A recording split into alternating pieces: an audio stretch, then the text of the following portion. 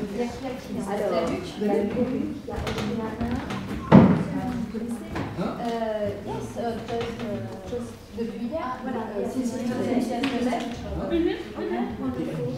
so maybe I can sit in the middle. Okay. Yeah, I sit in the middle. Okay. Here's right? Yeah, you can sit here. Okay. Yeah, I can. I have a seat for Amelia. From Amelia. So Amelia, it would be better if you sit next to the people who need to translate. Yeah, maybe you sit down. And this, yeah. Okay, that's good. That's good. You sit down. And Luc. Luc. Sorry. We need one there. Donc Luc, peut-être tu te mets là. Luc, mets-toi là. Amelia se met là. Et donc on a aussi Amine qui pourra aider pour la traduction. Il faut mieux. I think maybe Luc should be here. If Amine sits here to help Luc translate. Switch. Tu peux t'asseoir là, comme ça Amine sera à côté de toi. Où les Amine? Amine, quand il arrive, il est parti. Ah oui, So we need another chair. Well, yeah. Yes. Okay.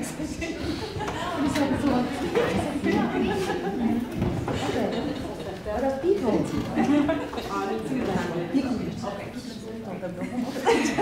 So we need an extra. Ce qui compte, c'est que oui.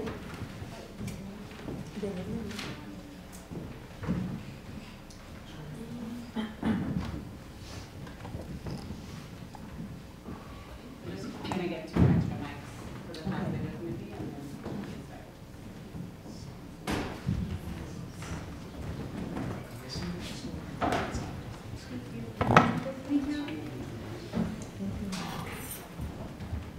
Okay, I think we're ready to begin. So my name is Candace Thompson-Zachary. I'm the External Artistic Advisor on the project, and welcome to the Caribbean Theatre Project, or rather Action Théâtrale Caribbeenne, here at the Segal Center. And we have our panelists who are about to speak on Caribbean theatre on international stages. A bit about the project, the ACT, as we'll call it, was initiated by Stephanie Bérard, who's sitting here with us, in partnership with Frank Henschker at the Segal Center here, Nicole Berman-Bloom from the French Cultural Services, Compagnie Sillage, Elvia Gutierrez is here with us, and they have really been working on this project for the last 2 years. Yesterday, we started and we did 3 staged readings and a panel on women and in Caribbean theater. And I would say like the 3 main ideas that came up yesterday were about multiplicity of identity and all the different ways that people connect to their identity through this umbrella of the Caribbean, or this category of the Caribbean. And then how theater makers are really shattering the silence of violence that underbeds or that is embedded in Caribbean society, and they're using theater to really talk about issues that aren't able to be spoken about on an everyday basis. And so today we're in for this panel and then 3 more staged readings by works by Daniele Francisque, works by Guy Regis Jr., and works by Gaia Octavia. 2 of them are not here with us, so we'll see video of them talking about their work. And then Daniele will be here, so she'll be able to speak to her work more directly. But I'm going to turn it over to Stephanie and to start the panel. Thank you, everyone. Thank you, Ken.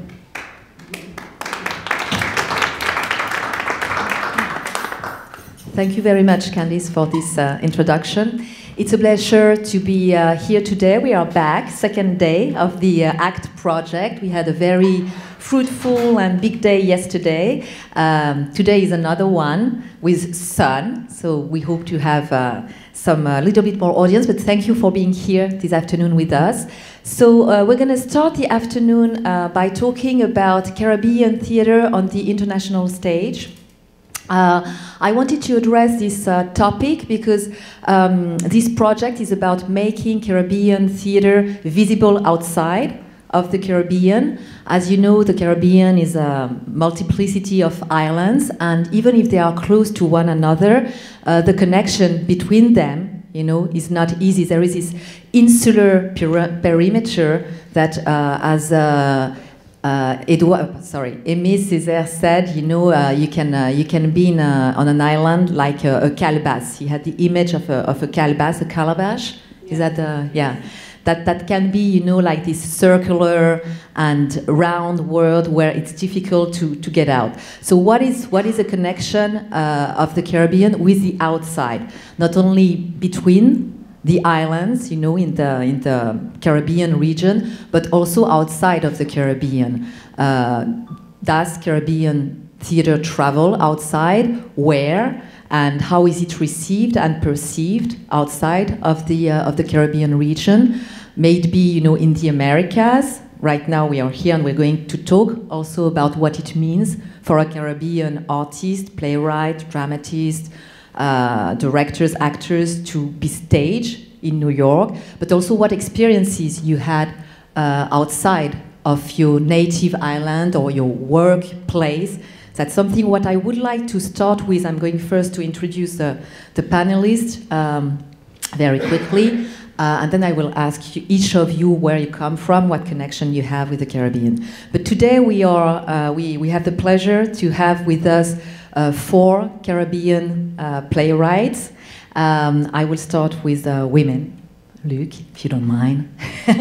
So we have Charlotte Boimard and Magali Soligna, who are both the authors of the play The Day My Father Killed Me, that we had the pleasure to hear yesterday. And you will tell us more about what is your connection, you know, with Guadeloupe, because that's a basis for you. They are not only playwrights, but also actresses and directors, and they have their company, which is called, can you remind us the name of your company? Macha Production. Macha Production. Macha Production. We also have Amélie Parenteau will be here to help Charlotte and Magali with their English, but you can, of course, speak in English. Feel free to speak in English. And we also have with us today, so after the Caribbean, the Francophone Caribbean island, the English-speaking Caribbean island, with Oceana James, who is from St. Croix and has been working in the Virgin Islands for a long time. Oceana, you are a playwright and a director, so and an actor also. So that's also something which is very, I don't know if it's specific of the Caribbean, but it's not unusual that people not only write plays, but also direct and act. You know, a lot of the playwrights I know in the Caribbean are practitioners, theater practitioners. So they have this connection with the stage, direct connection with the stage, and they have a vision, you know, of what it means to stage a play. So that's also important. And last but not least, we have Luc Saint-Éloi, who has been working for a long time in Guadeloupe, but now he's based in Paris with his company, Le Théâtre de l'Air Nouveau. And he, sorry, 36 years, okay. His company is 36 years old. Luc had his play stage read yesterday, Street Sad. So a wonderful production we could attend yesterday. And he will talk to us about the various productions he had, not only in the Caribbean, but also outside.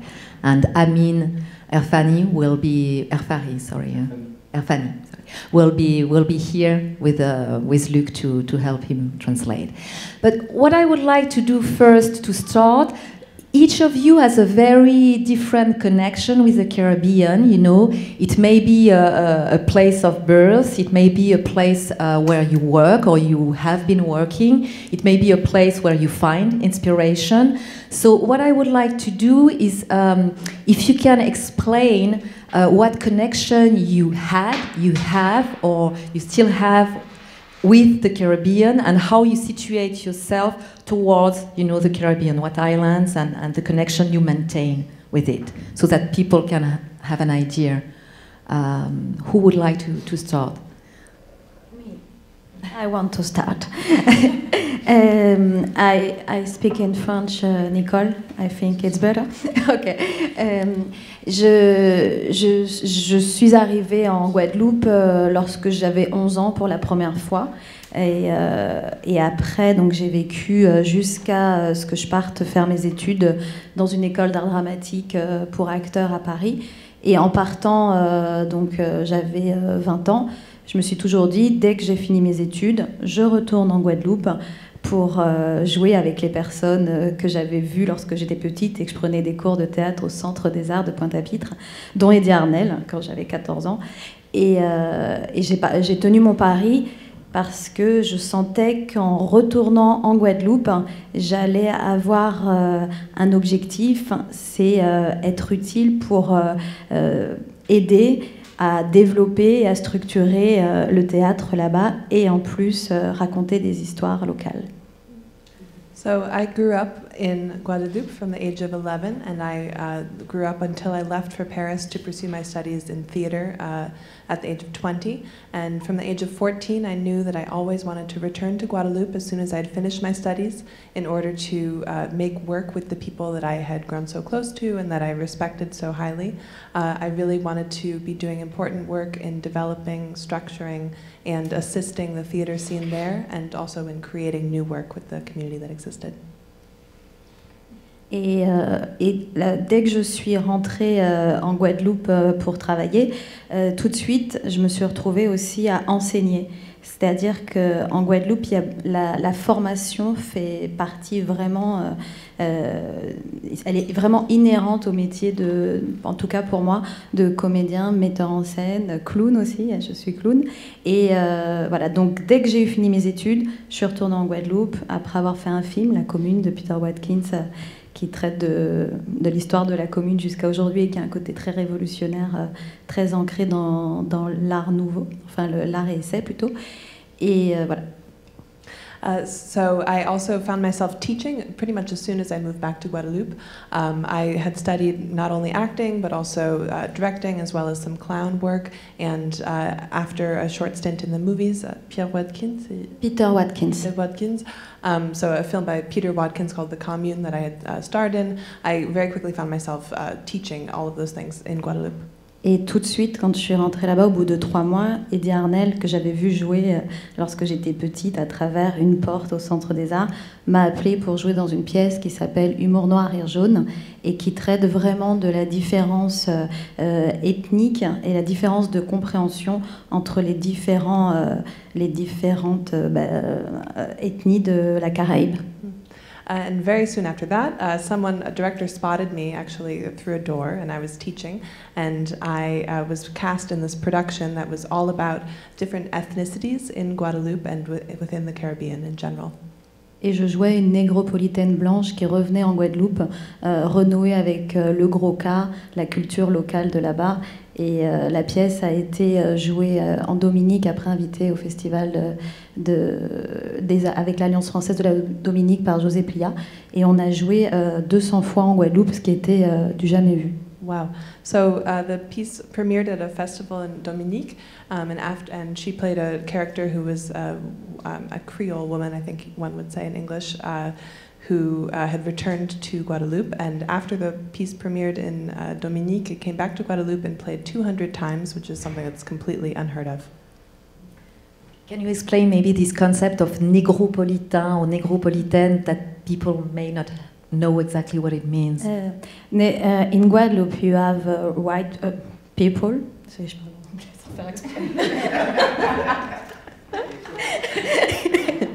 And, voilà, en Guadeloupe, il y a beaucoup de genres. Il y a des personnes blanches, il y a des personnes plutôt indiennes, il y a des Libanais, il y a des Syriens. Et mon personnage, en fait, c'était la fille d'une Béquet et d'une Philippine. Donc je jouais avec Gigi Duenas de Beaupré, qui jouait la femme de Marlon Brando de Apocalypse Now. Et donc c'est quelqu'un qui n'a pas la souche guadeloupéenne, mais qui est parti très tôt et qui du coup ne connaît pas ses racines guadeloupéennes. So she's explaining this Negropolitaine, which is the character that she was playing in the play that she mentioned.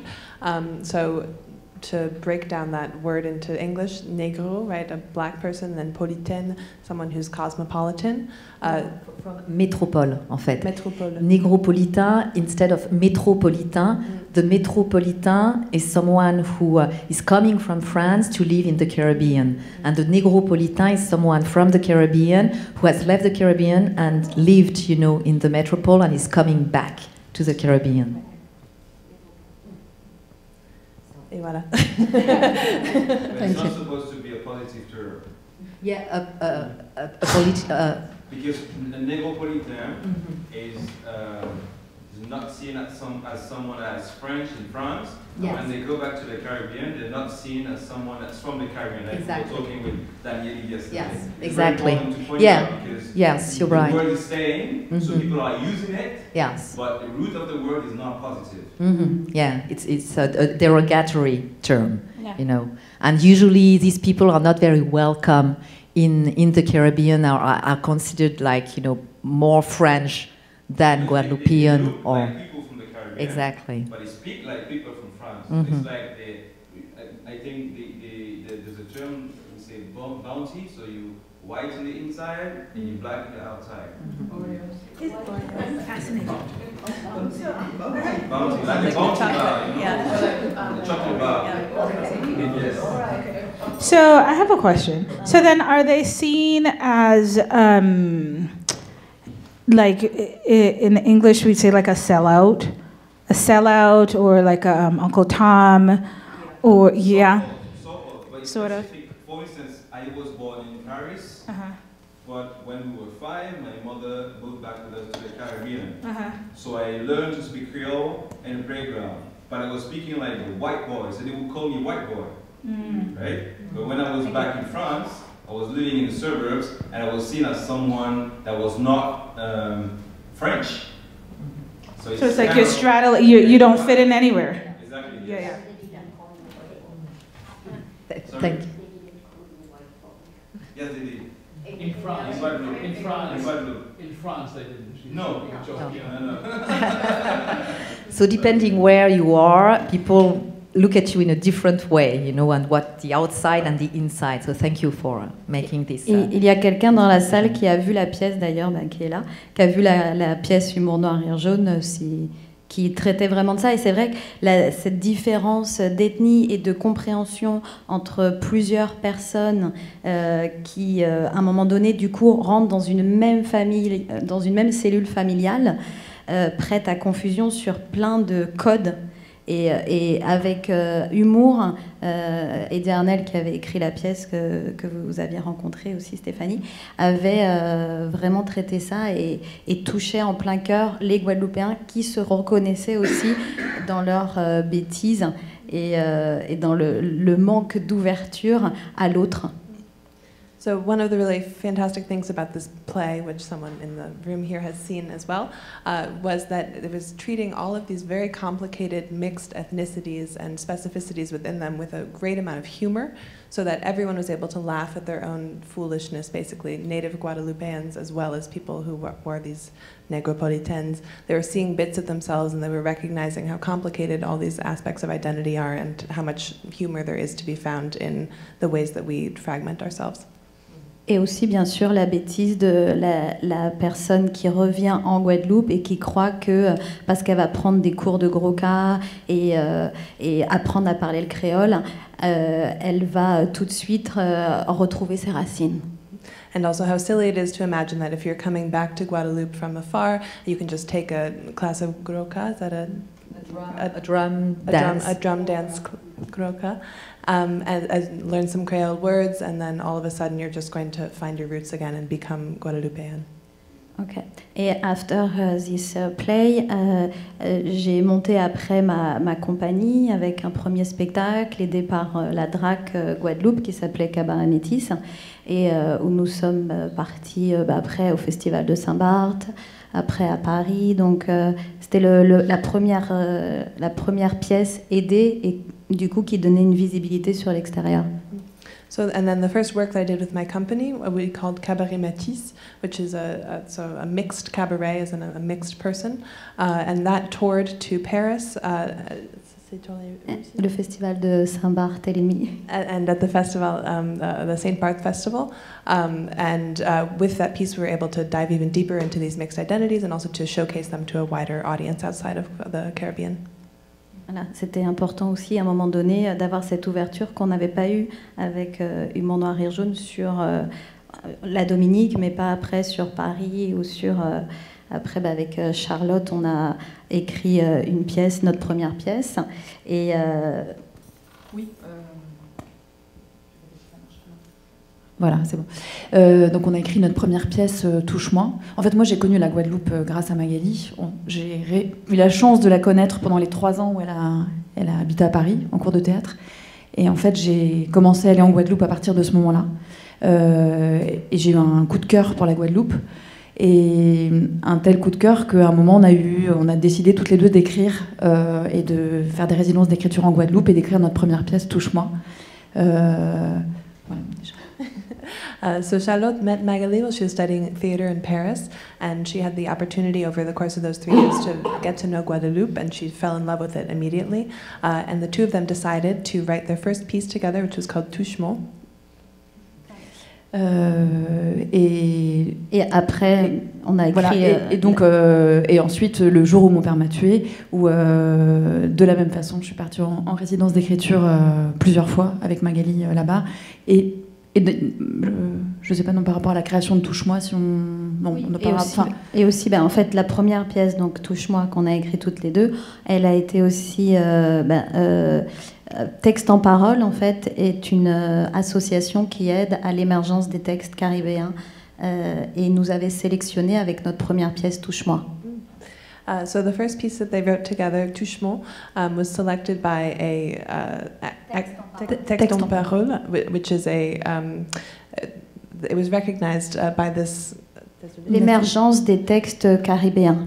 As an emerging Caribbean text, it was selected as an exemplary text. So that was the first piece that they wrote together, and that led to Le jour où mon père m'a tué, The Day My Father Killed Me, which we saw yesterday. Voilà, et le jour où mon père m'a tué a aussi été sélectionné par Texte en parole.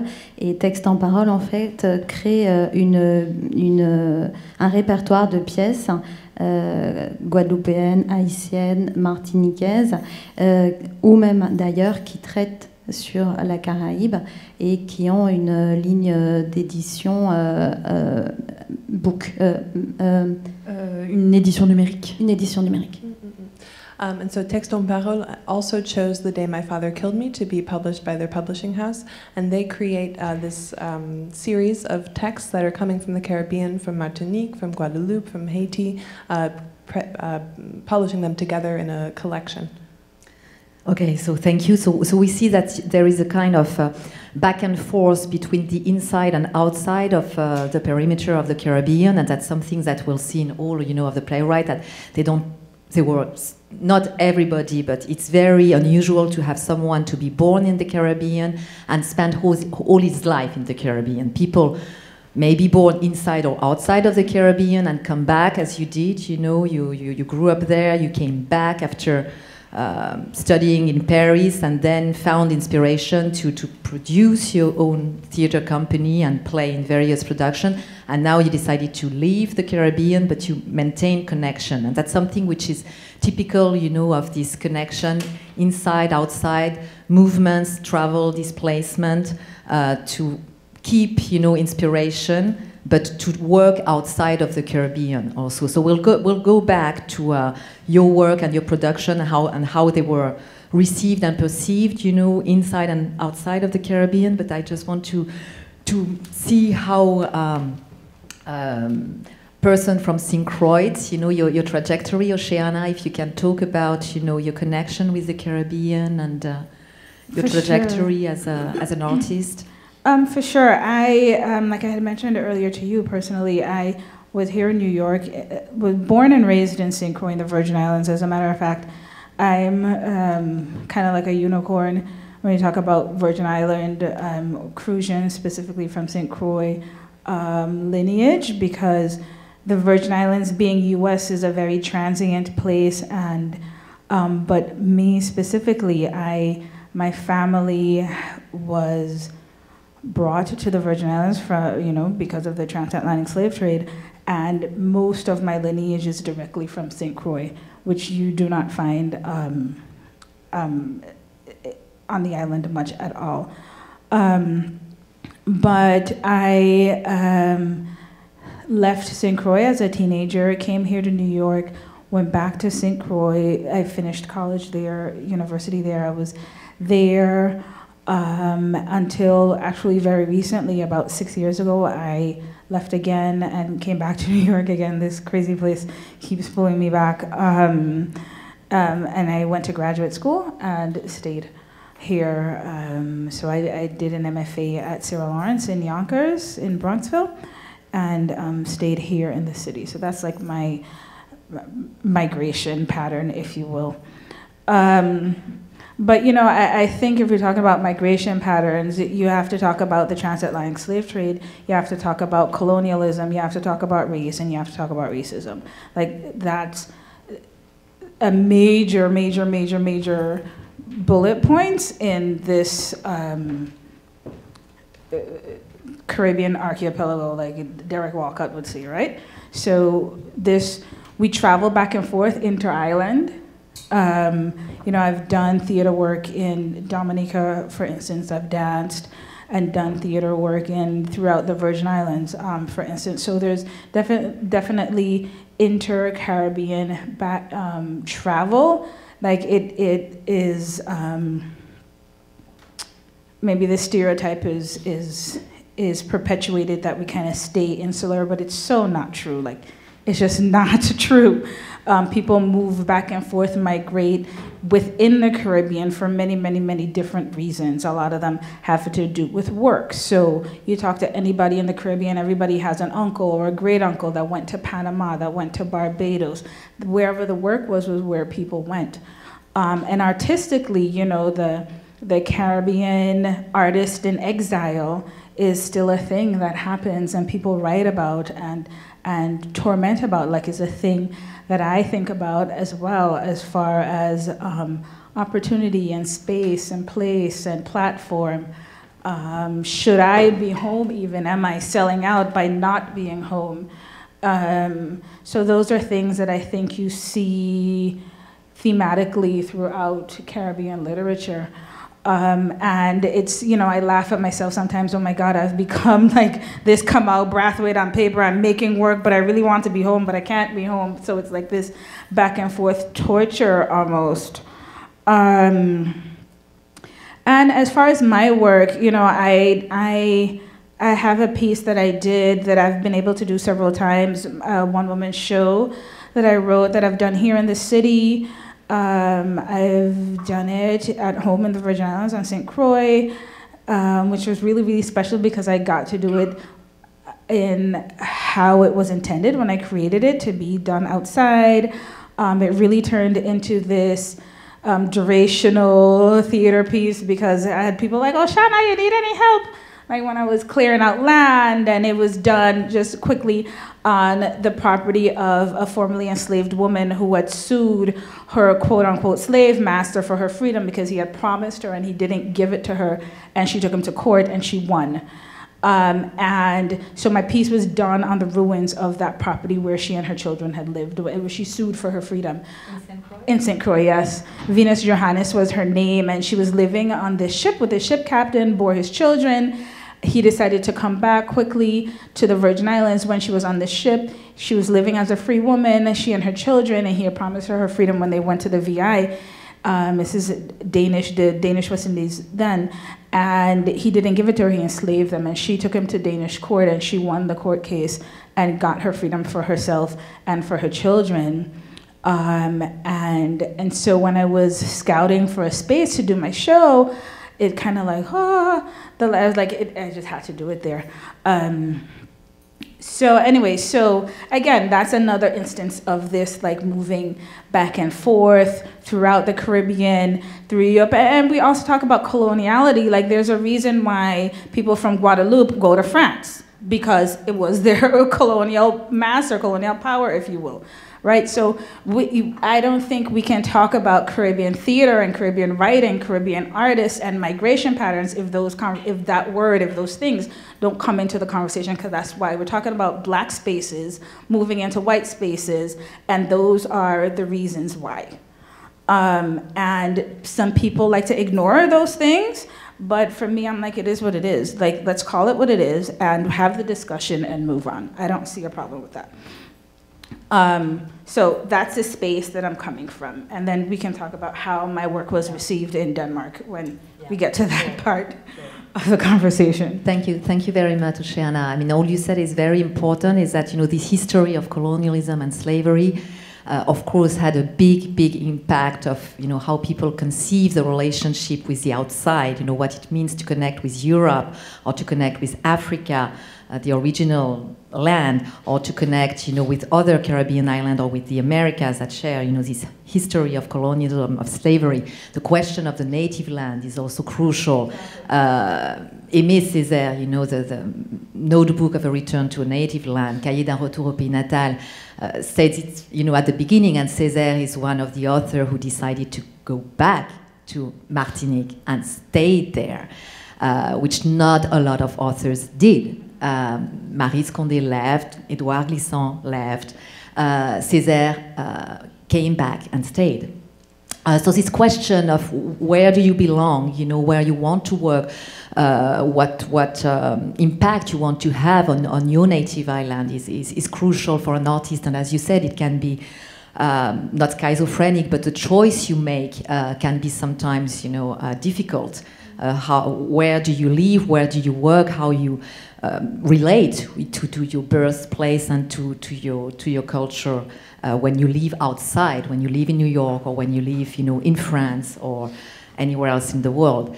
So thank you. I mean, it was very inspiring, and you're right to make the connection with the history and violent history.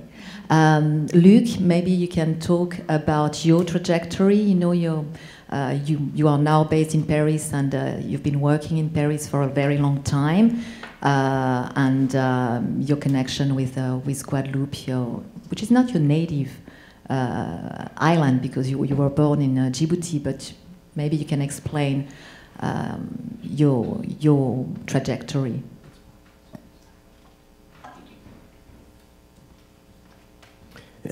Yes, good morning. I'm sorry, my English is very bad because yes, thank you. Je suis né à Djibouti parce que mon père est militaire de carrière.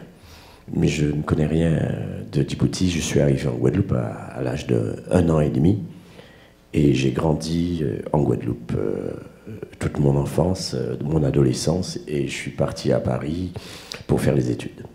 So I was born in Djibouti, but my father was in the military, so he went to Guadeloupe until the age of... Jusqu'à quel âge? 11 ans? Toute mon adolescence. 1 an et demi, pardon. 1 an et demi. And then went to... Baby. Yes. Arrivé bébé. And then you went to Paris. À Paris, je suis arrivé pour faire des études à 19 ans. So he arrived in Paris at 19 for his studies. Ce qui est important, c'est que ma première vie se déroule dans ma cellule familiale. Je considère que c'est ma première vie. Et après, je me marie très tôt. À 19 ans, je suis marié. So my first life, he calls it my first life, is within his family, and then he gets married very early at 19. Et 3 ans plus tard, je divorce. And 3 years later, he's divorced. Et en divorçant, j'épouse le théâtre. And after his divorce, he marries theater. Ah, j'insiste parce que ma première vie dans ma cellule familiale, je ne connaissais rien de mon histoire, de mon appartenance à la région géographique caribéenne, de mon parcours et de notre histoire avec l'Afrique. Je ne connaissais rien de tout ça. So within his family life, within the context of his family, he knew nothing about his origin and his connection with his original land. Alors j'insiste parce que j'arrive au monde en découvrant le théâtre, c'est ma deuxième naissance, et parce que je fais mes premiers pas à l'ensemble culturel du théâtre noir dans les années 80 à Paris, qui est un espace qui est fondé par Benjamin Jules Rosette avec Darling Legitimus. Okay, so he insists because he walks into the world of theater in Paris, entering in the 1980s. So, these movements of théâtre noir. Théâtre noir. C'était le seul espace de ce type en France. J'y ai fait mes premiers pas. Et en découvrant le théâtre, je découvre le répertoire théâtral afro-caraïbe. Je découvre Césaire, je découvre Marie Scondé, je découvre Glissant, je découvre tous ces dramaturges, des metteurs en scène, des comédiens. So it's only through theater that he actually discovers all the big names, such as Césaire, Glissant, Marie Scondé, and their theater. Et c'est là que je comprends qu'il m'avait été amputé une partie de moi parce que je découvrais mes racines. So he suddenly understands that part of himself was amputated, and suddenly through theater discovers his roots. Et donc après, très vite, je monte une compagnie théâtrale avec Marilyn Ampigny en 1983, qui est une comédienne metteuse en scène martiniquaise. So in 1983, he creates a theater group with a Martinican actress and stage director. Mes débuts au théâtre ont été marqués par la présence féminine. So his start in theater was marked or stamped by women, a lot of women. En 1981, je fais un casting avec une chorégraphe danseuse américaine qui s'appelle Linda Dingle. Okay, in 1981. En 1981. 81. He's doing a casting with an American actress in Paris. Yes. Et là, elle me confie le rôle de Jonathan Jackson. Donc on va comprendre pourquoi j'ai écrit Tonton en chagrin en inventant Jonathan Jackson. Okay. So, and then he takes the role of Jonathan Jackson in that play. Yes. Et je découvre l'histoire des Noirs américains et le combat d'Angela Davis avec Linda Dingle. Et là, je comprends encore mieux une partie de cette histoire aux États-Unis, mais je comprends aussi toutes les différences qu'il y a dans nos régions francophones françaises où on ne connaît pas nos références, on ne connaît pas nos repères historiques. So it's through that work with that American actress that he discovers all the big figures, such as Angela Davis, all the figures that were mentioned yesterday in the play. And suddenly he also understands the difference between the American and Francophone world, where here there's more of a consciousness of who those big figures are, whereas in the Caribbean Francophone world, there is not necessarily a consciousness of the big figures. Yes. Et je pense que je comprends vite à quoi peut servir, moi j'appelle ça la chose théâtrale, j'aime pas trop dire le théâtre. Je comprends vite à quoi peut servir la chose théâtrale et à quoi on peut utiliser, comment on peut utiliser le théâtre pour parler de nous, pour interroger les mémoires et pour parler de notre appartenance au monde, à notre monde et à notre monde caribéen, mais aussi avec le clin d'œil à l'Afrique. Donc tout ça pour dire que grâce au théâtre, je me construis au fur et à mesure. Et j'explore hier en questionnant demain à la fois. So this is, he says that the importance of what he calls the theatrical, la chose théâtrale, which is not the theatrical thing, but I would translate rather as a theatrical event maybe, which becomes a tool or a means to understand and discover the world around. Everywhere, in Africa, in the US, in the Caribbean. Et dans mon parcours, donc il y a la première étape avec Marilyn. Au départ, Marilyn, elle cherche les œuvres classiques qu'elle veut transposer aux Antilles. Donc on commence avec Carmen, qu'on adapte aux Antilles, ça devient Carmen la Matador. Après, on fait l'adaptation de Sophocle, du bourreau d'Antigone de Sophocle, adapté par Chamoiseau. Ça devient le bourreau d'Antigone par Patrick Chamoiseau. Après, on va tenter de monter Caligula, on n'a pas d'argent. Marilyn s'en va. Et donc moi, je décide de faire différemment. Je ne veux pas visiter les œuvres classiques. So the first part of his theater group, with his collaborator, wanted to adapt classics in the Caribbean context. So such as Antigone of Sophocles, Carmen, and they wanted to do Caligula, but his collaborator left, and suddenly he decided just to take a new path for the group. Ouais. Et à partir de là, je commence à interroger la mémoire lointaine, contemporaine. Je fais mon chemin. En fait, j'utilise le théâtre pour me répondre à mes questions. Et mes questions, je pense, éclairent les miens. C'est ce qui m'intéresse. Comment éclairer les miens? Parce qu'on a un passé extrêmement chaotique et on n'est peut-être pas encore sorti de tous ces blessements ou ces séquelles, en tout cas. So the new path is for him to discover or answer more contemporary questions, and theater has become for him a way of answering his own questions, and also related, vous avez dit, au mien, c'est-à-dire your people, yes, and the wounds of the past that have not been uncovered yet. C'est bien ça. Et donc, je me bats pour le répertoire que je veux construire, mais après, je fonde un centre culturel afro-caraïbe en Île-de-France, à Pantin, en 1998, où j'ai la prétention de vouloir asseoir les repères afro-caraïbes avec des cours d'histoire, des cours de langue créole, des cours de langue africaine, avec tous les ateliers artistiques et culturels. Et en fait, on résiste pendant 5 ans. J'ai une grande plateforme de 350 mètres carrés. Et après, malheureusement, je suis obligé de fermer par manque de moyens.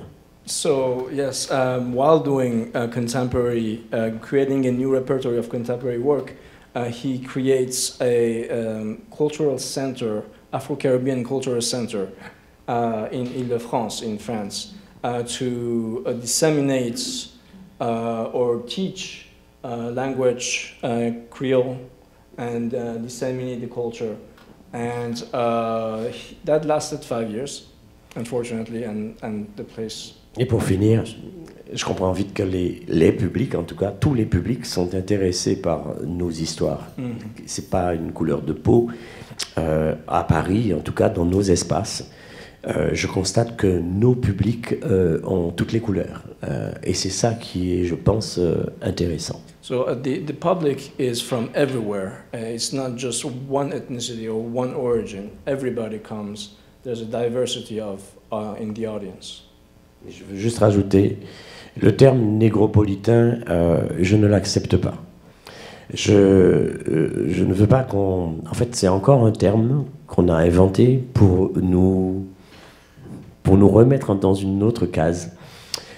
On a trop de divisions entre nous. Nous qui sommes partis, on nous a reproché d'être partis. Je vis à Paris depuis plus de 40 ans, mais plus je viens à Paris, plus je sais d'où je viens.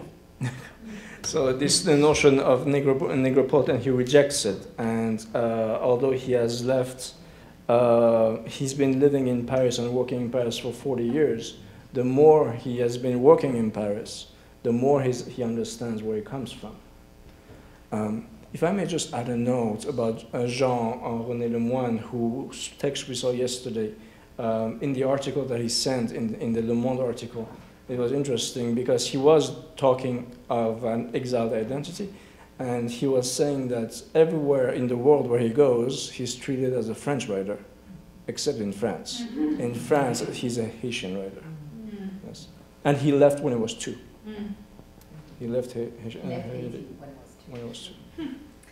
Thank you very much for this explanation, you know, of where you come from, where you belong, where you work now, and how you feel towards your place of birth or where you go. What I would like to ask you now is to choose one of the play you directed or you produced, a play that has traveled, you know, the play which may have been produced in the Caribbean, in the Virgin Islands, in Guadeloupe, the Virgin Islands, or in Paris, in your case, and tell us how you play, I mean, this work was received and perceived in the place it was produced, maybe in the Caribbean or outside, and when it was staged and performed outside of the Caribbean or its place where it was produced, if there was a difference, you know, in terms of how the audience reacted. So if you can think of one specific work, production, and tell us about where and who and how what happened in this travel. Yeah? Yeah? You can start, Oceana. So Oceana will start. So I'll talk about my play that I wrote. The name is a long name for Gawi, the Deceitful Fellow, and it's a one-woman show. And I actually I never even thought about this till just now. Talk about like transatlantic or like triangular. So I have done it here in New York, which was interesting. I did it twice here, once at Dixon Place and then at a theater in Brooklyn, The Brick. And I'm just so, like, I had some Caribbean people in it that I could connect to because it's very Caribbean. I consciously decided to do it in Caribbean language because I think that people can connect regardless. So I didn't Anglicize it, and I chose not to do that.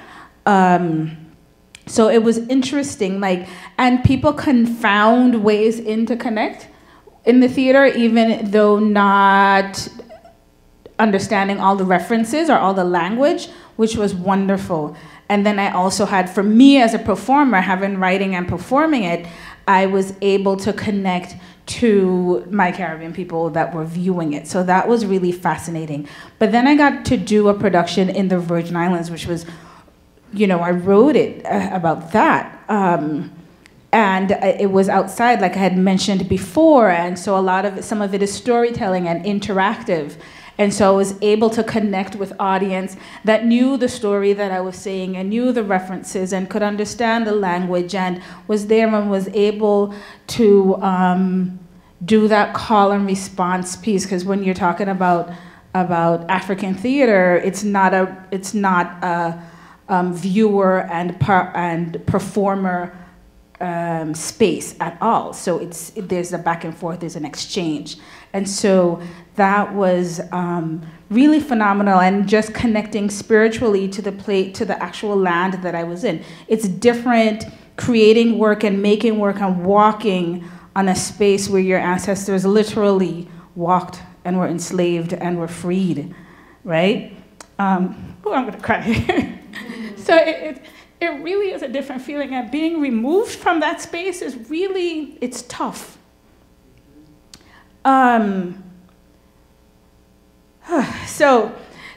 So there, and then a lot of production stuff didn't happen. So I'm like literally pulling up weeds and clearing land and taking off bush, and people were just, hey, come let me help you, and brought their truck and mowed the lawn and took the things away, and it really turned into this big, like I said, durational community engagement piece that I really wasn't expecting for the theater work to become this thing, and it did. So it wasn't only the performance, but it became this engagement piece, and people like getting the work done because they saw that I needed to get the work done.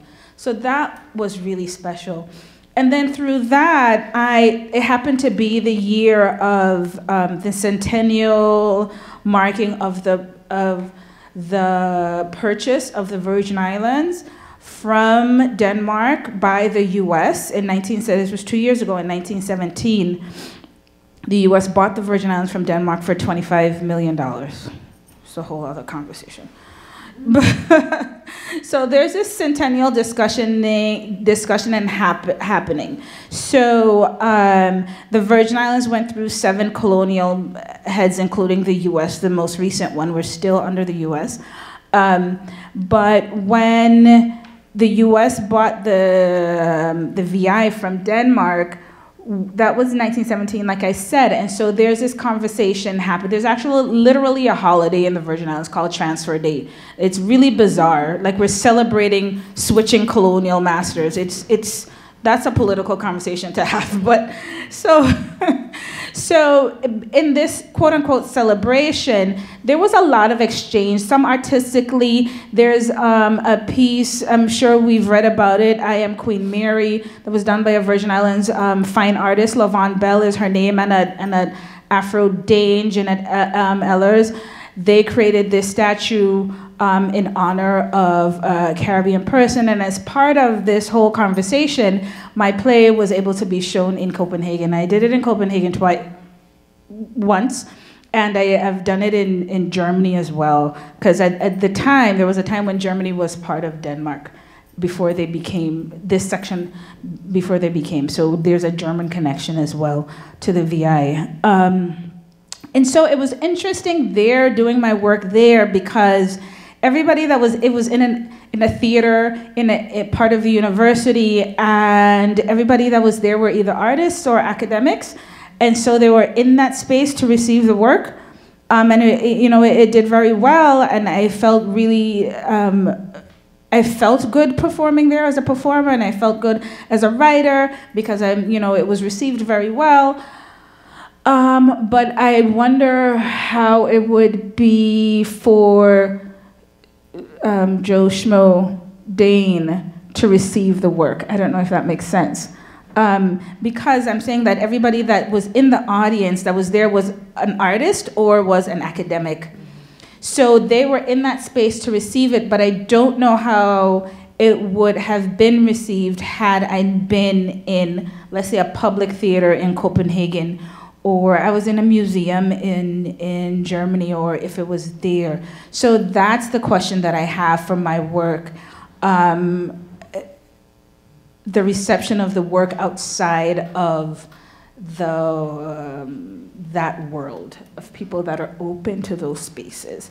But it was really, talk about this triangular thing, I really felt these totally distinct feelings in each setting, for sure.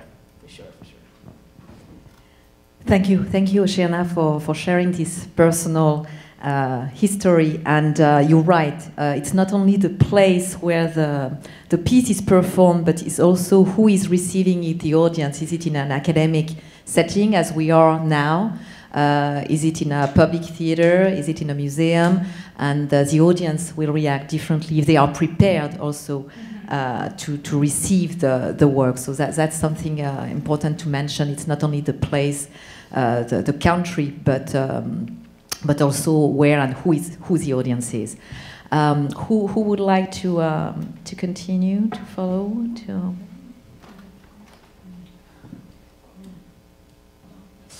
Nous souhaitons parler du coup de notre pièce que vous avez vue hier, The Day My Father Killed Me. Et le sujet, comme pour ceux qui étaient là hier, traite donc d'un fait réel qui s'est passé en Guadeloupe. Et au niveau de la production en Guadeloupe, du coup, ça rend les choses très difficiles. Parce que l'affaire n'est pas passée en jugement encore en Guadeloupe. So we'd like to... Si. Enfin, elle est passée, mais il faut rentrer dans les détails précisément. So we'd like to speak about the piece that you saw yesterday, if you're here with us, The Day My Father Killed Me, which has had a very complicated reception in Guadeloupe because it is telling the story of a real legal process, a real story, and it has not yet come to trial. Mais le Memorial Act en Guadeloupe est intéressé pour faire venir la pièce parce qu'ils ont l'intention de monter un festival sur les faits réels. So there's an interest in presenting this piece in Guadeloupe because there's going to be a festival of work surrounding this true story that happened. Voilà, d'un côté il y a ça, et de l'autre côté tout ce qui est plus la région, la DRAC, les aides et la scène nationale, eux, par rapport à ce que disait Charlotte, ne sont pas sont frileux et ne veulent pas produire la pièce. La petite parenthèse, parce qu'il y a la famille qui est là, c'est que le jugement a eu lieu, mais il y a eu appel. Okay. So a little aside to clarify regarding the trial, we do have the family here and we want to make sure we get it right. The trial did happen, but actually there's been an appeal, so it's still in process. And there is an interest, as we stated, to present the piece in Guadeloupe. However, all the major funders are feeling hesitant and nervous because it's an ongoing case. Et après, du coup, moi après, je suis partie donc de la Guadeloupe vers le sud de la France. Et là, on a joué la pièce d'abord avec Charlotte qui est à Paris, à la SACD à Paris, au Grand Conservatoire d'Avignon, au Théâtre de la Tempête, c'était plus un showcase, au Théâtre des Halles à Avignon. La dernière fois. Et on est en train de chercher à monter la production de la pièce. Voilà, monter... So the piece, in the meantime, has traveled to France and it's been performed 4 times, both in Paris and Avignon with Charlotte, and they're working on producing a full run of it. Et lorsqu'on a fait la première lecture, donc lorsqu'on a fait la première lecture à la SACD, les retours ont été très très élogieux, mais donc, il y a certains directeurs de salles qui étaient présents et les retours, notamment de la part de cette directrice sur qui vraiment on comptait, étaient que la pièce était trop connotée Guadeloupe, qu'il y avait trop de... je ne sais pas comment le dire. Oui, que voilà, en fait, elle se demandait, c'est le théâtre de Saint-Maur pour ne pas le nommer, elle se demandait comment son public allait pouvoir s'identifier à une histoire qui vient de Guadeloupe. So the piece was very well received when it was presented in Paris for its first reading. However, there were many artistic directors and other directors in the audience, and the question that kept coming back was, how will this piece be received in France? How will our audience react to a story that's about people in Guadeloupe? How will it be understood? Et du coup, en réfléchissant hier avec Stéphanie Bérard, on a trouvé la réponse à lui dire comment son public pourrait s'identifier à Tchekhov, vu que ça vient de Russie. And so yesterday, thanks to a conversation with Stephanie, we came up with the answer. Well, how can you expect your public to identify with and have a reaction to a piece by Chekhov? Exactly.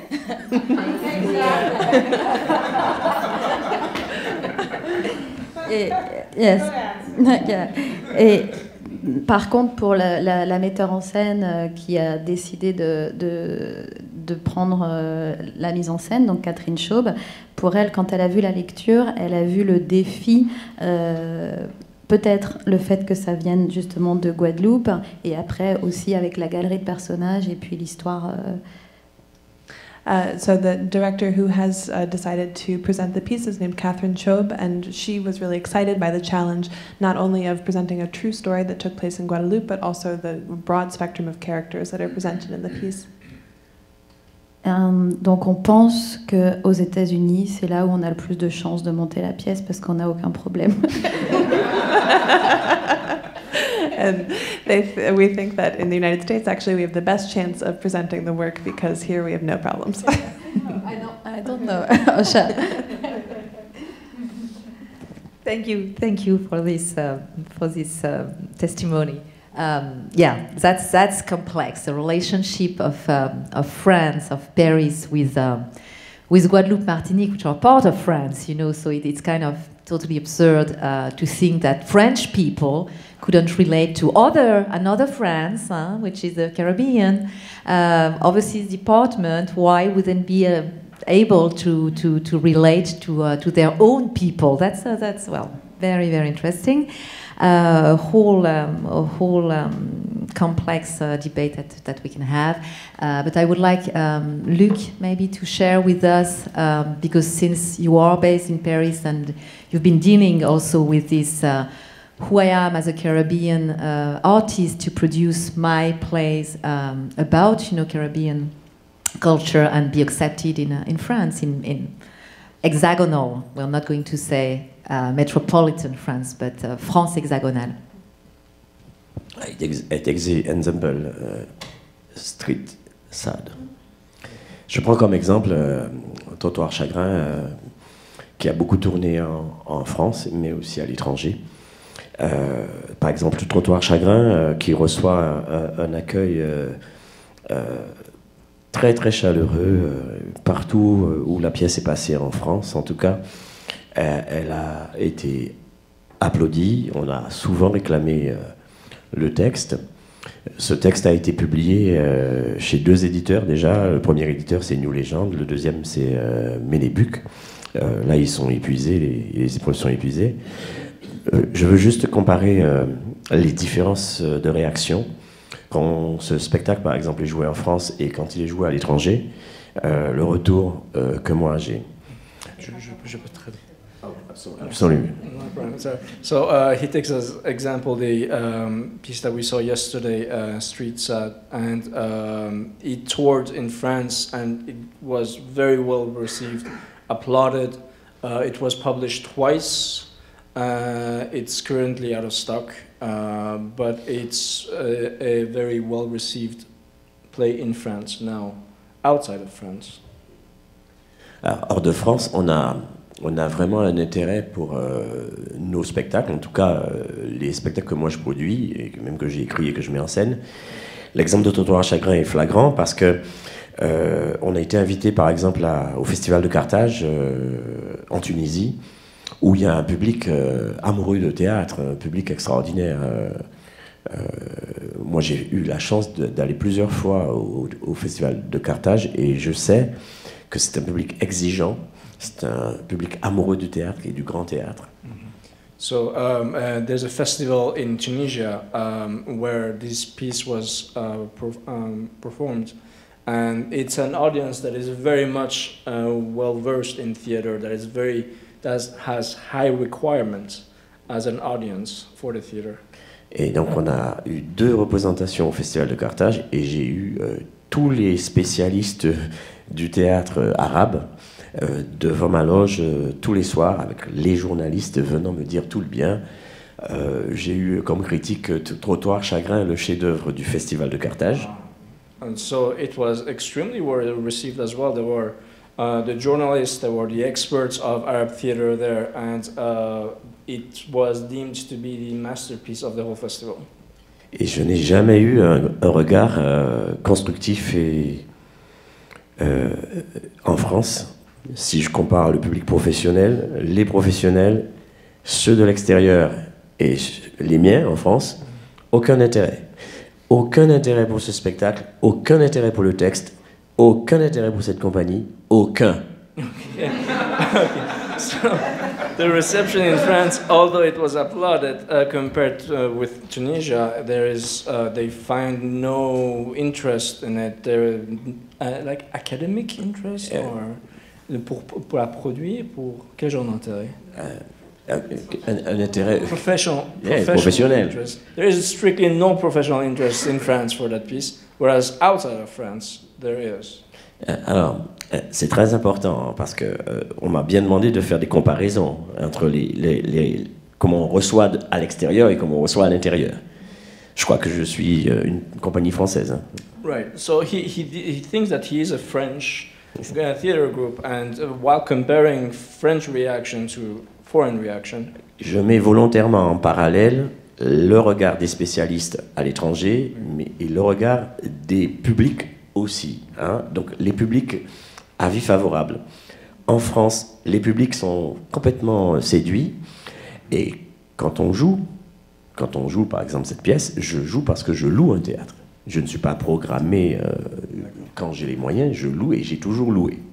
So he's comparing the reception from the public in both countries, but also from the specialists. So the public has been applauding in France and in Tunisia as well. The specialists in Tunisia have been highly receptive, but it seems that in France, not quite. When he produces in France, he must rent the theater himself. Et moi, je crois comprendre que en France, les spécialistes de la question théâtrale sont très frileux. Ils ne sont pas du tout curieux. On est un peu marginalisé. En fait, pour qu'on puisse intéresser, il faut qu'on soit programmé dans une vitrine consacrée à l'outre-mer, consacrée aux ultramarins. C'est une annexe. So the specialists in theater in France are very rigid and conservative, it seems, and for his group to be programmed, it must be under the label of like Caribbean or outside or Antilles label, whereas it's just theater. C'est très délicat à dire parce que d'un côté les journalistes, parce que cette pièce par exemple a eu une critique dithyrambique, vraiment, de toute la presse française, jusqu'à José Arthur à France Culture. Mais nos spécialistes de la DRAC n'ont jamais pu supporter. Et donc, je crois comprendre qu'il y a... Quand nos spectacles parlent trop franc et parlent trop vrai, ils dérangent. Quand les spectacles dérangent, ils n'adhèrent pas.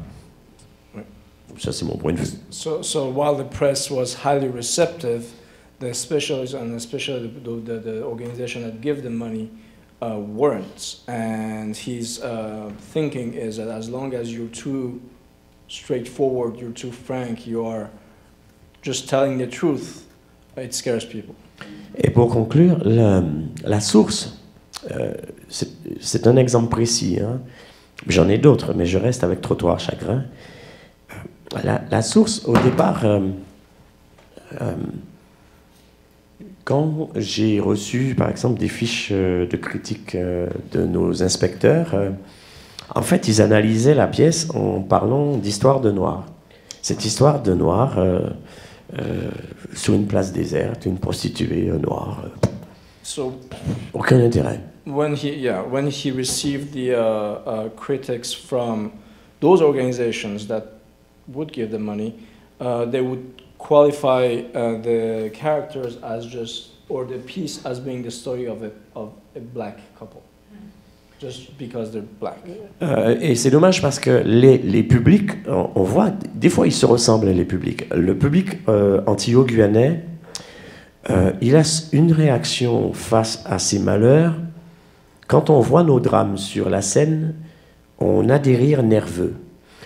Le public français, il voit nos drames sur la scène, ils sont renversés, ils sont extrêmement touchés, avec sincérité. Et moi, je ne remets jamais en question l'avis des publics. Il y a pour moi le seul encouragement que j'ai depuis que je fais ce métier, ce sont les publics. So yeah, he gives a high respect for the public's reaction. That's his reference point, really. And the difference between the Caribbean public and the French one is that when in the Caribbean they see this kind of theater, there's a nervous laugh because they recognize it, but there's some nervousness in it. Whereas in France, people are actually honestly and genuinely overwhelmed and touched very, very deeply.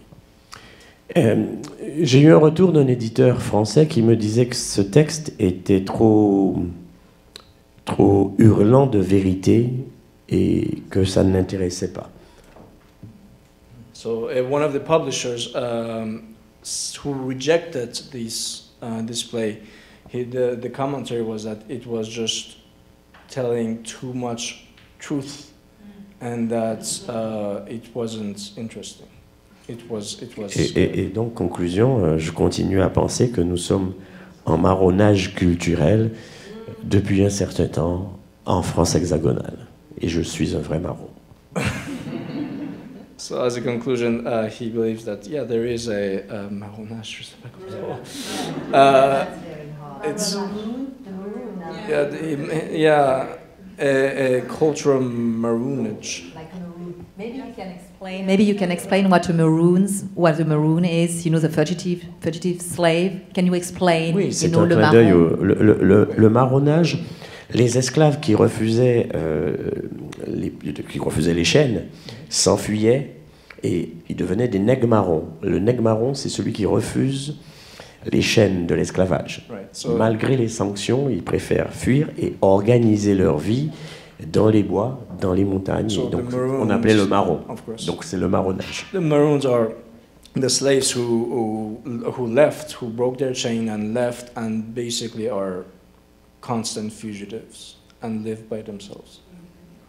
It's a new concept, marronnage culturel. Comparing that to his situation in Paris, in France. Yeah. So you are a maroon artist. Thank you. Exactly. As time is flying, I would like the audience to have the possibility to react or to ask questions. Of course, I have many other questions, but I would like you to offer the possibility to ask questions to our guest.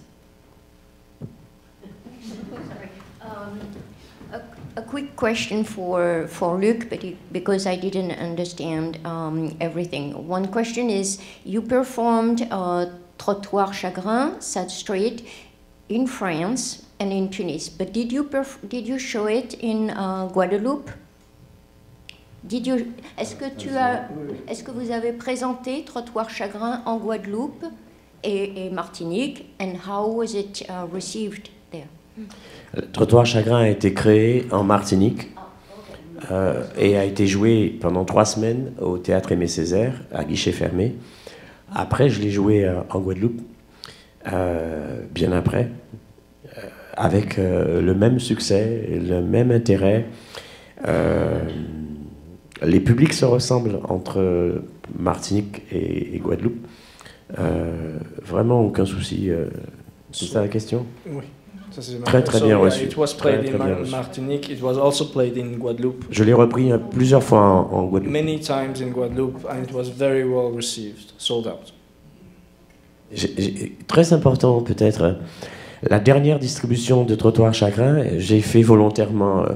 J'ai distribué un comédien blanc face à ma comédienne noire. C'était très surprenant et ça m'a beaucoup intéressé. Et le public a adoré. Interestingly, the last casting that he made for this play, whose characters are supposed to be 2 black people, one of them he chose as white and one of them as black, and gave an entirely new dimension to it.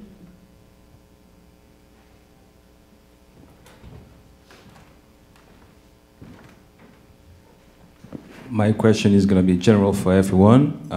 Luc has partly answered that question.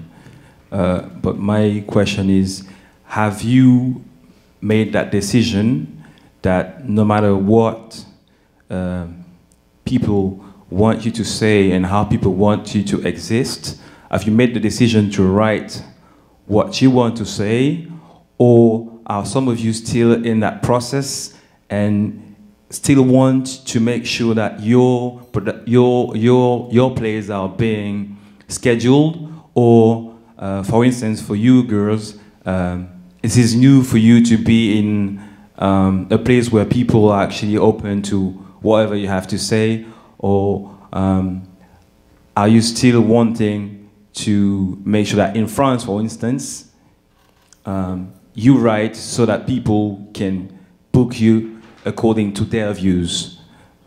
La question en fait c'est, est-ce que, et Luc a répondu un petit peu à cette question, je pense que lui a fait ce choix depuis très longtemps d'écrire ce qu'il a envie d'écrire et il a confiance dans le fait que il y aura une réception quelque part de ce qu'il veut écrire, mais est-ce que tout le monde a fait cette décision ou est-ce que parmi vous, il y a des personnes qui sont dans ce processus de relever le défi ou est-ce que vous êtes encore en balance? Est-ce que vous voulez quand même être programmé en France et écrire de sorte que les théâtres ou les productions acceptent votre pièce, mais avec, encore une fois, leur vision de vos histoires?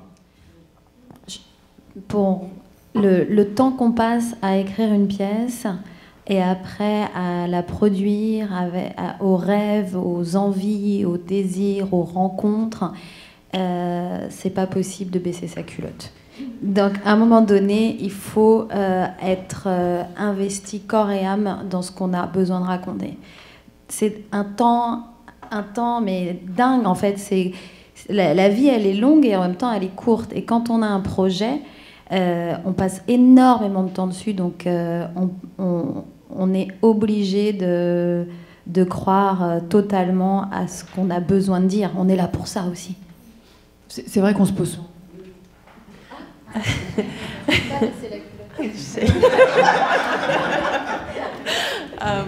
With the incredible amount of time that it takes to create a work of theater, it is absolutely essential to be invested body, soul, and mind in whatever it is that you're creating. So there's no question that over the process, you have to really believe in what you're saying.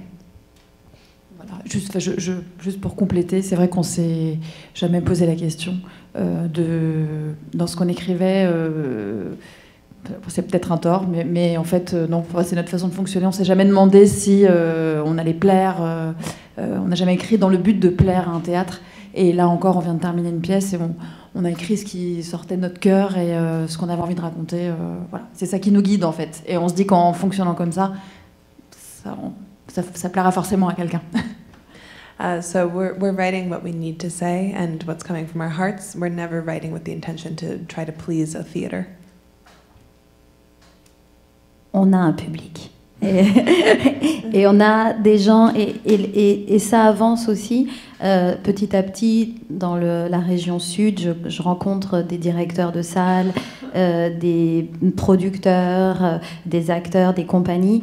Et il y a cette envie d'aller vers un ailleurs, d'aller vers un autre système où on aplatit aussi les rôles de chacun. On se parle, on se regarde dans les yeux, on essaye de prendre du temps. Et la nouvelle mode en ce moment, c'est le biomimétisme avec la nature. Et donc il y a une chance peut-être justement d'être à cette écoute où quelque part il y a les grands chênes qui aident les petits chênes à continuer à vivre.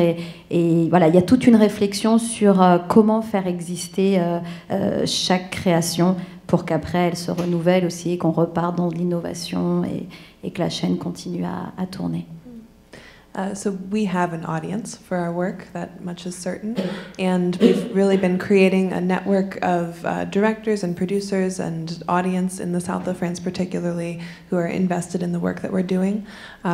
We are also even trying to change the entire system and sort of flatten the hierarchy so that everybody has the opportunity to be working on equal footing, looking each other in the eyes and really sharing the creative space together.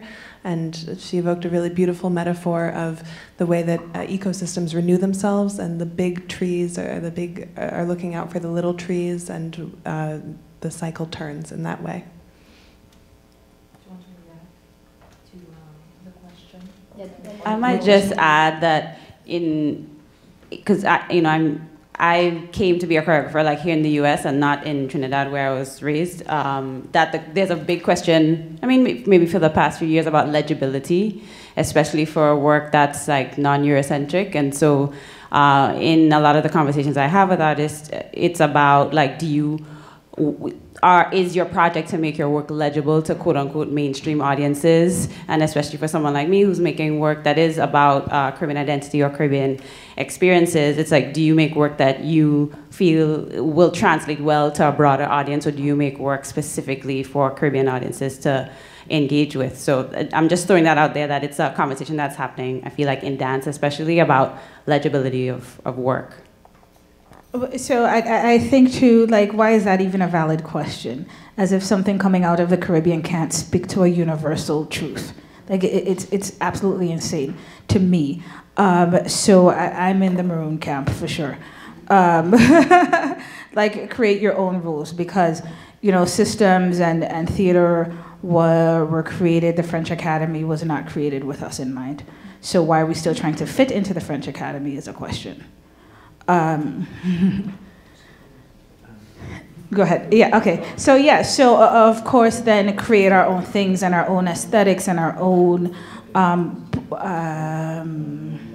points of reference, right? So I don't at all, and I'm not into translation too much. Like I get the need for it, but not the sense of changing who you intrinsically are to please somebody else in the name of I can't be universal. So a specific Caribbean story happening in Guadeloupe or Martinique can most definitely speak to a story, to a person, to an audience member in France. Why not? It can be specific and universal. At the same time, that's the marker of good theater or good writing. It's not necessary to water down your aesthetic and your point of view in the name of pleasing somebody else. The question? We have two. Danieli and... Oui. Je peux parler français et être traduite. Aujourd'hui, je parle français. Ou bien je parle créole? Non. Pour parler de mon parcours aussi en tant qu'auteur, comédienne et metteuse en scène, et en particulier sur le côté auteur et metteur en scène, je voudrais partager mon expérience sur cette question-là, parce que c'est une question aussi, moi, qui se pose à moi. La Diablesse, c'est une pièce que j'ai créée en Martinique en 2018. Cette pièce a été, on l'a jouée à guichet fermé, ça a très très bien fonctionné en termes de public. Et dans la salle ce jour-là, la scène nationale où nous avons joué avait organisé ce qu'on appelle une rida, c'est-à-dire qu'ils avaient fait venir des directeurs de théâtre de toute la France pour assister au spectacle. Donc ils étaient là et nombreux. Et le public... So I'm speaking from my experience as an actor, director, and a playwright, but I'm going to mostly focus on my playwriting and directing experience. I'm speaking about my play, The She-Devil, which we'll see later today, which premiered in 2018, and it was a huge success, so much so that the director of all theater, basically, in the nation, in France, was invited to attend the show. Oui, et ils étaient venus pour découvrir un petit peu la création en Martinique. Et alors, ils ne me l'ont pas dit directement, mais ils en ont parlé au directeur qui était là à l'époque, et ils ont dit ça va pas rentrer dans nos théâtres. Par contre, ça fonctionne bien c'est du théâtre local. Voilà. So the response was, and he was not only there for the premiere, but also for some of the rehearsal process, I see that this is working very well here, but that is no place in our theater. That's not of interest to us. Local, yes, that's local theater. Voilà. Il se trouve que ma compagnie, TRAC, a été choisie pour être en résidence à la scène nationale. La scène nationale nous a donné un cahier des charges. Ils nous ont demandé de créer 2 pièces de théâtre, une pièce contemporaine et une pièce classique. So my company was then selected, my company TRAC was selected by the National Theatre to create 2 pieces in Martinique, excuse me, one contemporary piece and one classical piece. Et alors la scène nationale est financée par le ministère de la Culture, entre autres.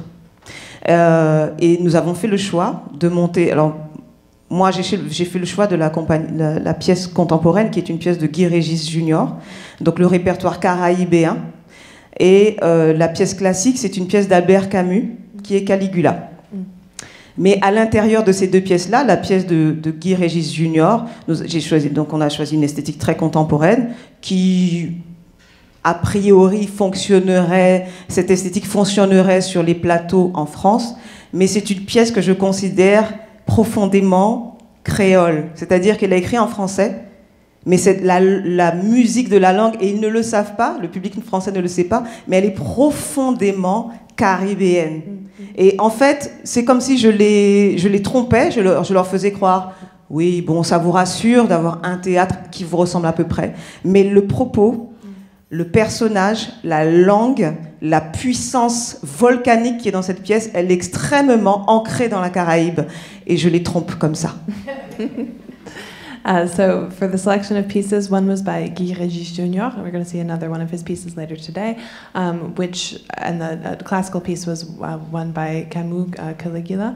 But for the contemporary piece, she had the delight of really playing a trick on the French audiences because it fits nicely into the framework of French theater. It's recognizable, it's written in French. However, she finds it to be a piece that is extremely Creole in its music and its rhythm and its culture and the ideas that are expressed. And so she was very satisfied that she got to. Et Caligula, c'est pareil. On a pris le texte d'Albert Camus, mais on l'a plongé et imaginé dans l'afrofuturisme en se servant aussi de la tradition, notamment du vaudou, pour inscrire des codes esthétiques qui sont dans le corps, qui sont dans le geste, qui sont dans la façon de parler, qui est dans le costume, dans la posture et dans le jeu, qui sont... En fait, c'est comme si c'était une sous-écriture. On a réécrit la pièce en y mettant nos codes à nous, et je suis sûre que ce Caligula-là, il est extrêmement afro-caribéen. And so then for Caligula, similarly, she had her own twist on it, which really brought out the Creole side of the piece and located it in an Afro-futuristic aesthetic. She was playing with the language and with the gests and with the embodiment of the text itself in order to put it into a real a Creole world. Thank you, Danieli, for sharing this experience of the détour glissantien, how to do what you want while pretending you are responding to the expectation. Which is an African, which is a creolized African, like that's exactly. what we have to do to exist. Exactly. Mm-hmm. So we have to be director, actor, dancer, and we have to synchronize our work. Mm-hmm. Yeah. Maybe a reaction, and then we'll have to close down, to have we can continue the conversation after, so that we have time to set up the space. Just a reaction very quickly. Non, je voulais juste dire, c'est important de comprendre.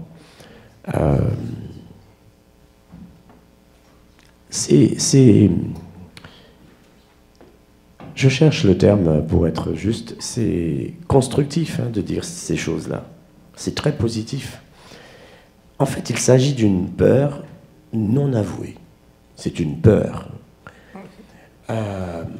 Pourquoi It's important to note that what it is about, what we're discussing here, is an unavowed fear, a fear that is not said out loud.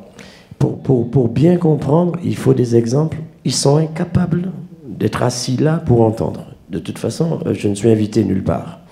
Je prends un exemple précis avec l'adaptation de Chemin d'école de Patrick Chamoiseau qu'on a programmé. Luc, on a très peu de temps. C'est fini. D'accord. Non, tu peux, mais si tu prends un exemple, ça risque juste... Voilà, aucun exemple. C'est juste que j'ai un petit peu peur, mais cette peur non avouée, est-ce que tu peux juste expliquer ce que c'est, cette peur non avouée? Parce qu'en fait, ils ne connaissent rien de nous, ils ne sont pas curieux, ils ne comprennent toujours pas qu'ils appauvrissent le patrimoine français. C'est tout. So the French audience, really, or the organizations, the unavowed fear that they have is to acknowledge that they know nothing of Et pour conclure, moi, ils m'ont invité à être membre du comité d'experts théâtre en Guadeloupe. So he's based in Paris, but he was invited to be a member of a theater in Guadeloupe. A theater expert, right? Expert committee in Guadeloupe. Yeah, expert. In Guadeloupe, and not, I mean. But not in France. And Luc has been working for more than 30 years in France, but he was invited to be a member of a committee in Guadeloupe, not in Paris. So I think we have to wrap up, unfortunately, but it doesn't mean it ends here. We can continue the discussion outside. What I would like to say, just first to thank all of you for sharing your personal experience, for the translators who've been great. Thank you very much. And I will just end up to say a few words about being here in New York, away, far away from France. What I can see, and I'm happy to be here and to see that, is that there is a free speech. Is that what we are sharing today here is very difficult to say it in France. Because people will react in a totally different way, and there is kind of self-censor that artists may practice, on themselves, because they know that people may get offended, the susceptibility, how people react, and here it's kind of a neutral and free space, to talk freely and to exchange in a respectful way, and that's something that I value a lot. So thanks a lot, Frank, to invite us here. It means a lot. It means a lot, I think, for the artists. Thank you. We'll meet again in about 15 minutes with, tell me again, Candice? With Family by Gaël Octavia.